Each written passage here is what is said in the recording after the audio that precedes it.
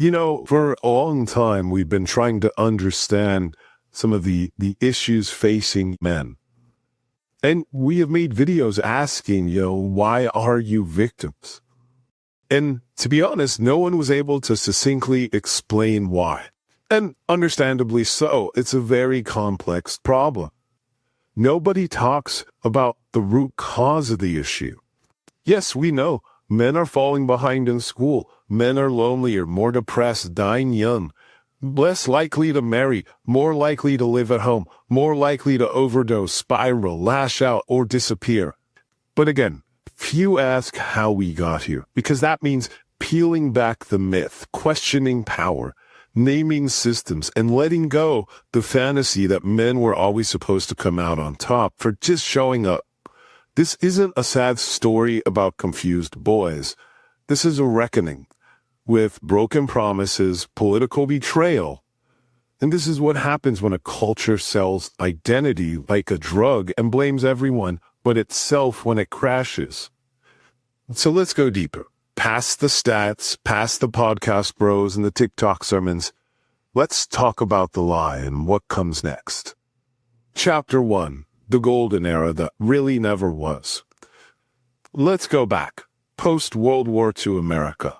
Factories buzzed, wages grew. You could support a family with a high school diploma and a strong back. The American dream had a blueprint, and it was written in sweat, steel, and seniority. But the deal? It was exclusive. White men mostly were the ones invited in. Everyone else? Supporting characters at best. Still, for those who got the invite, the script was clear. Work hard, be the provider, keep your nose clean. You'll get a house, a wife, a pension, and a little flag to wave at the barbecue. America was in a very unique place with capitalism, with a booming economy. But all of that was going to change. Because once corporate America decided labor cost too much, they packed up the dream and shipped it offshore. Automation replaced hands. Deregulation cut safety nets. And Reaganomics lit the fuse. But the story never updated. The economy changed. The culture changed. The world changed. And so all of these men trying to build a future in a system that was already sold off, they feel lied to. But here's where it gets dark. Some didn't just feel betrayed. They wanted someone to blame. And instead of turning that rage upwards towards the CEOs, the lawmakers, the system that sold them out, they blame women, they blame the immigrants, the gays, the trans, because it's easier to punch down than look at a mirror and ask what masculinity means when the factory's gone and the house costs $500,000. Men weren't broken. The fantasy was. And so I guess it's all pretty simple. As we see these business owners and CEOs become more greedy and desire more profits, we see a decrease of wages, an outsourcing of jobs, all in a desire to lower costs and maximize profit margins while screwing over the little guy. But it wasn't just that alone. They needed Ronald Reagan to lower taxes for the wealthy and destroy the middle class. Chapter 2. Reagan and the Great Betrayal. Let's stop pretending this was an accident. The working class man wasn't simply left behind. He was sacrificed by design. Cue Ronald Reagan, conservatism's wax statue of nostalgia. A guy who spoke like your grandpa but governed like a corporate hatchmat. In the 1980s, Reagan didn't cut taxes for the rich. He cut the legs out from every man who thought hard work guaranteed a future. He waged war on unions, deregulated everything that moved, and handed America's industrial base to Wall Street on a silver platter, all while wrapping it up in cowboy charm and red, white, and blue ribbon. He told men they were the backbone of America, right before snapping it in half. Ronald Reagan decreased the taxes for the rich, going from 70% to 28%. Over the years, this allowed the rich to become the super rich. But in doing so, in acquiring all that wealth, it drained it out of the middle class, as well as the opportunities that have been sent elsewhere. And so the result? A new American gospel. You're not a worker, you're an entrepreneur. You don't need stability. You need hustle. If you're struggling, it's not the system, it's your mindset. And when that didn't pan out, when people couldn't afford a house or a kid or a doctor, you blame single moms. You blame the welfare queens. You blame the immigrants taking your jobs as if Guatemalan teenagers at Chipotle is the reason your 401k is garbage. It's the oldest trick in the capitalist book. Rig the system and then sell you a scapegoat. And men bought it because the alternative was admitting they'd been conned by the very people selling them the bootstraps. So where are we at? No pensions, no safety nets, no dignity, just grind culture, side hustles, and motivational podcasts telling you to level up while the billionaires level your neighborhood. And the worst part, a lot of these men didn't get radicalized by reading Atlas Shrugged. They got radicalized because they're struggling to afford to live. They looked around and saw their dads had more with less, and they didn't understand why the latter had disappeared. So they decided someone must have stolen it. Instead of burning down the bank, they blamed the barista with purple hair. And so this isn't masculinity, this is misdirection. Chapter 3. The Masculinity Vacuum and the Cowards Who Rushed In. Let's not sugarcoat it. Something collapsed. Not just jobs or industries, but identity, purpose, and structure. The kind of masculinity American promised, a provider, protector, patriarch, was built on a foundation of economic stability, cultural dominance, and unchallenged authority. Once that foundation cracked, so did the mask. And that silence, left by absent fathers, broken homes, and a system that gutted meaning for profit, there was a vacuum. We didn't fill it with mentorship, community, or tools to rebuild. We filled it with algorithms. And who sprinted into the void? Rifters, clowns, rage merchants with ring lights. Not thinkers, not builders, not mentors. Just emotionally stunted men barking into microphones, telling the disoriented that the problem wasn't capitalism. It was women with opinions. You can't afford rent, must be feminism. No one wants to date you, blame the gays.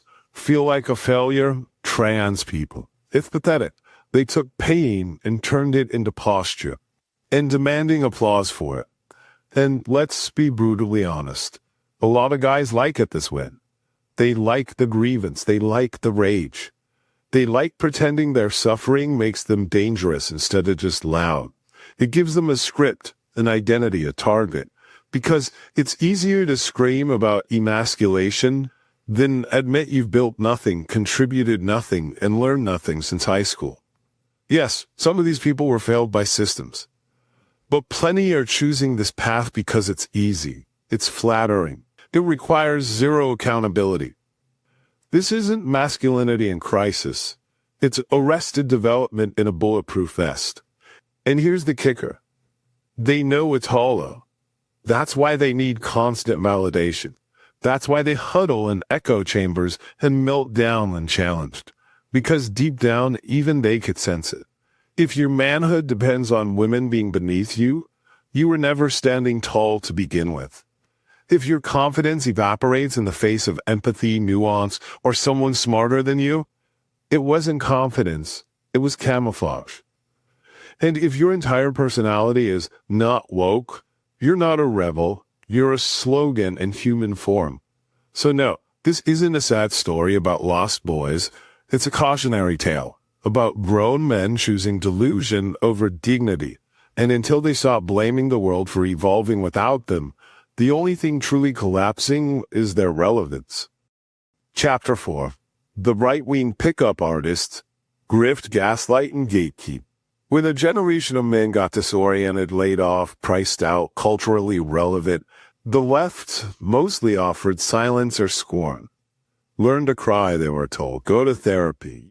Useful advice, but too slow, too quiet. Meanwhile, the right saw a business opportunity. Not to help men, not to fix anything, but to own the market on male insecurity.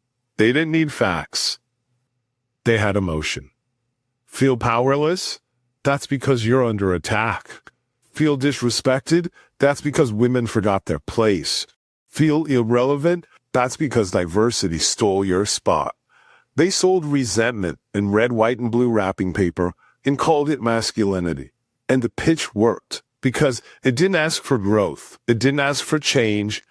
It didn't ask for reflection. It asked for loyalty and offered ego in return. Suddenly, you're not a lonely dude with no health care. You're a real American man under siege by drag queens. Your failure isn't personal. It's political. Your rage isn't a coping mechanism. It's patriotic. And at the center of this emotional Ponzi scheme, Donald Trump, the ultimate right-wing pickup artist, a man whose masculinity is made entirely of spray tan, NDAs, and volume. Trump didn't fix anything for these men. He just gave them permission to stop pretending they were okay. And then he weaponized that brokenness. You're not struggling because the economy is rigged. You're struggling because women have jobs, because immigrants exist, because your kids read James Baldwin, because your kids are woke.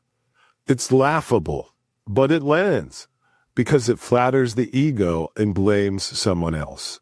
The right doesn't offer solutions, it offers a story where men are righteous victims, the betrayed heroes, the last line of defense against a rainbow-colored apocalypse.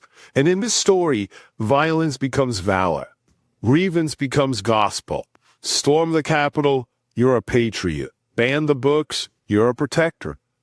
And let's be real. These men know the right wing isn't going to raise their wages, give them health care, or rebuild their towns. But that's not what they're buying. They're buying validation. They want to feel strong again. And if that means marching behind a game show host while screaming about Bud Light, fine. It's identity by process of elimination. Not gay, not feminist, not woke, not accountable, not curious, not evolving, just loud. And for that, they'll sell their souls to any politician who flatters their rage and swears their failures aren't their fault. The result? A movement full of men who call themselves lions while getting herded like sheep into a voting booth to protect billionaires from taxes. It doesn't build, it doesn't lead, it doesn't create. It clings, it blames, and it breaks anything that reminds it of how far it's fallen. So no, this isn't some grassroots awakening of manhood. It's a hostage situation, and the ransom is reality itself. Chapter 5. How to fix it. No promo code required. Let's be clear. Masculinity isn't dead. It's just badly marketed, politically hijacked, and emotionally constipated. You don't fix that with a podcast or a cold plunge. You fix it by being honest, first about the system and then about yourself. You start here. The old script is gone. Burn it. You're not going to be your grandfather. That economy doesn't exist. That culture doesn't exist. That path, job, house, wife, pension is closed to most people and it's not coming back. And pretending otherwise is a shortcut to bitterness. But that doesn't mean there's no path forward. It just means you have to build it instead of inherit it. So what does that look like? Well, first, we need to redefine strength. Strength isn't volume. It's not dominance. It's not how many people are afraid of you. Strength is being able to hold your ground without crushing others. It's showing up when no one's watching, providing, not as a flex, but as a promise. It's learning to tell the truth, especially to yourself. And that could mean introspection, perspective, and working on yourself. But if your masculinity needs enemies to exist, it was never strength. It was just a costume. Also, we can build real community. You don't need more followers, you need more friends. Men are starving for connection, but too ashamed to admit it. So they turn to streamers, gurus, or tribes that sell them a uniform and a grievance. Everyone needs to drop that. Find people who tell you when you're wrong. Show up when it's hard and make you better, not angrier. A real friend is going to call you out. But there's lots of options. Join a team, volunteer, help someone move, babysit for a friend. Be useful in a world instead of screaming at it. That's brotherhood, and that's real. And the next thing we could do is get bored with blame. We get it. The system failed you. It gutted your prospect and fed you lies. But at some point, you have to get tired of hearing your own excuses, tired of blaming women, immigrants, gay people, woke culture, or whatever YouTube algorithm is feeding you this week. Blame doesn't build. It distracts, while the grifters rob you blind. If you want dignity, you have to choose accountability, even when the world's been unfair. Especially when the world's been unfair. Stop consuming masculinity like a product. Masculinity isn't a cologne. It's not a podcast. It's not a merch drop. It's what you do when no one's selling you anything. So ditch the $300 testosterone powder. Cancel the course from the guy who calls himself the War Room General. Masculinity doesn't need to be louder. It needs to be earned through patience, contribution, consistency.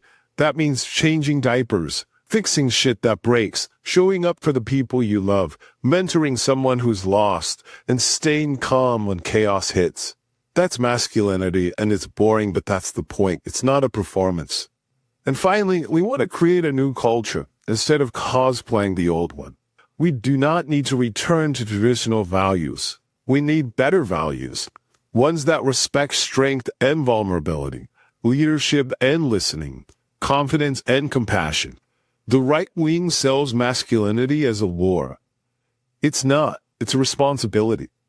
To be better than the generations before you, to make the world safer, not scarier, to raise boys who don't have to unlearn their fathers. You want to be a man? Start acting like someone worth following, not someone desperate to be obeyed. Can you be powerful without being a bully? Can you lead without needing a throne? Can you stay grounded in a world that wants to sell you chaos? And if the answer is yes, you don't need a guru. You need courage, consistency, and a community that holds you accountable. So in the end, what do we do with all this? We tell the truth. Not just about men, about the world we built around them. A world that sold them a future then outsourced it. A culture that told them to be providers then pulled the rug out, calling them weak for stumbling. A system that robbed them then handed them the YouTube link and said, here's your identity, click here to download.